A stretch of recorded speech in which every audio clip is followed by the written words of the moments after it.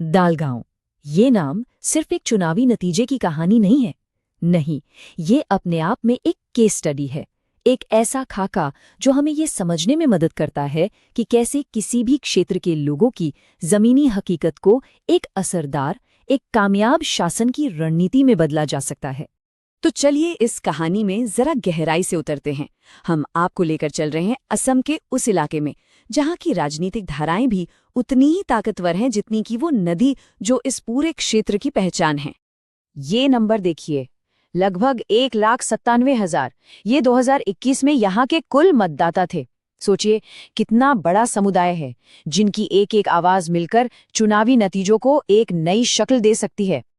और ये दूसरा आंकड़ा 64.6%, ये यहाँ की साक्षरता दर है। अब देखिए ये राष्ट्रीय औसत से कम है, जो न सिर्फ यहाँ की सामाजिक आर्थिक चुनौतियों को दिखाता है बल्कि इस बात पर भी रोशनी डालता है कि यहाँ लोगों तक अपनी बात पहुँचाने की रणनीति कैसी होनी चाहिए, क्या कहना है और कैसे कहना है। और अब ये नंबर 91.5%। साल 2016 में यहाँ के लोगों ने इतना जबरदस्त मतदान किया था। ये दिखाता है कि यहाँ के मतदाता कितने जागरूक हैं, कितने जुड़े हुए हैं। एक ऐसी जगह जहाँ हर एक वोट की कीमत है। आज हम इस पूरे विश्लेषण को 6 हिस्सों में समझेंगे।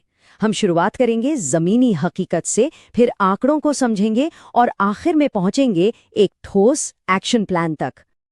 देखिए, किसी भी जगह की राजनीति को समझने के लिए सबसे पहले वहां की जमीन और वहां के लोगों की रोजमर्रा की जिंदगी को समझना बहुत जरूरी होता है। तो यहाँ की सबसे अहम बात क्या है? वो ये है कि यहाँ का जीवन पूरी तरह से जमीन और मौसम के इर्द गिर्द घूमता है। मतलब खेती और बाढ़ जैसे मुद्दे यहाँ के लोगों के लिए सिर्फ खबरें नहीं हैं, ये उनके बहुत ही व्यक्तिगत मामले हैं। और जब मुद्दे इतने निजी हों तो एक नागरिक के तौर पर सम्मान के साथ जीने का अधिकार और अपनी बात को जिम्मेदारी से रखने की स्वतंत्रता, ये दोनों ही बातें हमारे संविधान की मूल भावना है।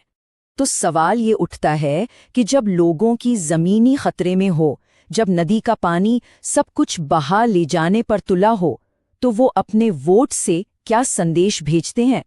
ये एक स्थानीय निवासी की बात है और ये भावना, ये उस गहरी निराशा को दिखाती है, उम्मीद और हताशा का वो चक्र जो हर साल आने वाली बाढ़ से जुड़ा है, और साथ ही उस धारणा से कि सरकार कुछ नहीं कर रही।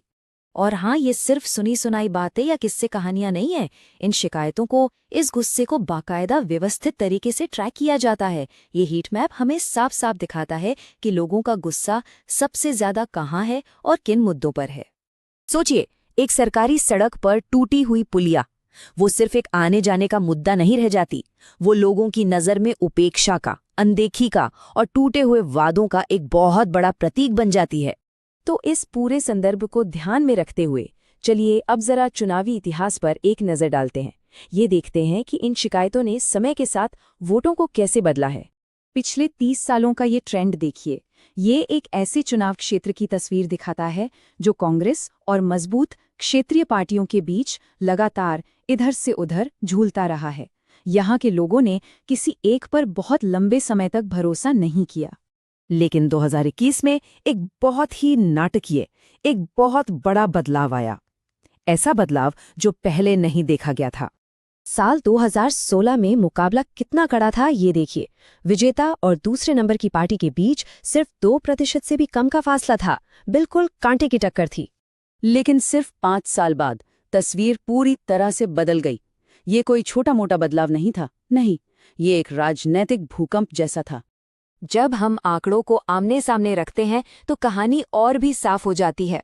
एक पार्टी के वोट शेयर में 13% से ज्यादा की गिरावट और वहीं दूसरी पार्टी के वोट शेयर में 14% की जबरदस्त बढ़त।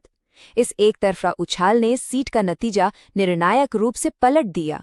तो अब सबसे बड़ा सवाल उठता है, इन आंकड़ों और इस इतिहास को सामने रखकर कोई भी राजनीतिक दल लोगों का भरोसा वापस जीतने के लिए एक मजबूत रणनीति कैसे बना सकता है? इसका जवाब है एक बहुत ही व्यापक, एक 4 स्तंभों वाली रणनीति में। एक ऐसा नजरिया जिसे इस चुनौती के हर एक पहलू से, हर एक एंगल से निपटने के लिए ही बनाया गया है। ये सिद्धांत हर स्तर पर काम करता है, बड़े बड़े गठबंधनों की रणनीति से लेकर जमीन पर बूथ लेवल के संगठन तक और लोगों तक क्या और कैसे संदेश पहुंचाना है, इस पर भी। इस तीसरे स्तंभ में सबसे जरूरी बात है एक मजबूत और लगातार कहानी बनाना। एक ऐसी कहानी जो सीधे तौर पर लोगों की सबसे बड़ी शिकायतों से जुड़े और आज के डिजिटल दौर में व्हाट्सएप, रील्स जैसे आधुनिक तरीकों से उन तक पहुंचे। लेकिन यहाँ एक बात और अहम है, जब संवाद ऐसे माध्यमों से होता है तो नागरिकों की निजता और उनकी सहमति का सम्मान करना और भी जरूरी हो जाता है। भारत का digital personal data protection framework इसी भरोसे को मजबूत करने की एक दिशा है। और देखिए, आखिरकार ये सब सिर्फ एक चुनाव अभियान के बारे में नहीं है, ये मतदाताओं के साथ एक नया अनुबंध, एक नया भरोसा बनाने के बारे में है। ये पूरा खाका, ये पूरा ब्लूप्रिंट दरअसल मतदाताओं के लिए गवर्नेंस आरओआई देने के लिए डिजाइन किया गया है। आरओआई मतलब रिटर्न ऑन इन्वेस्टमेंट। इसका सीधा सा मतलब है कि लोगों ने जो अपना कीमती वोट दिया, उसके बदले में उनकी जिंदगी में, उनके इलाके के बुनियादी ढांचे में क्या ठोस और भरोसेमंद सुधार आया। दाल गांव की कहानी हमें यही सिखाती है कि इसका जवाब बड़े बड़े वादों में नहीं है। जवाब लोगों के दर्द की गहरी, डेटा पर आधारित समझ में है, और उस दर्द को दूर करने के लिए एक साफ, एक स्पष्ट खाके में है।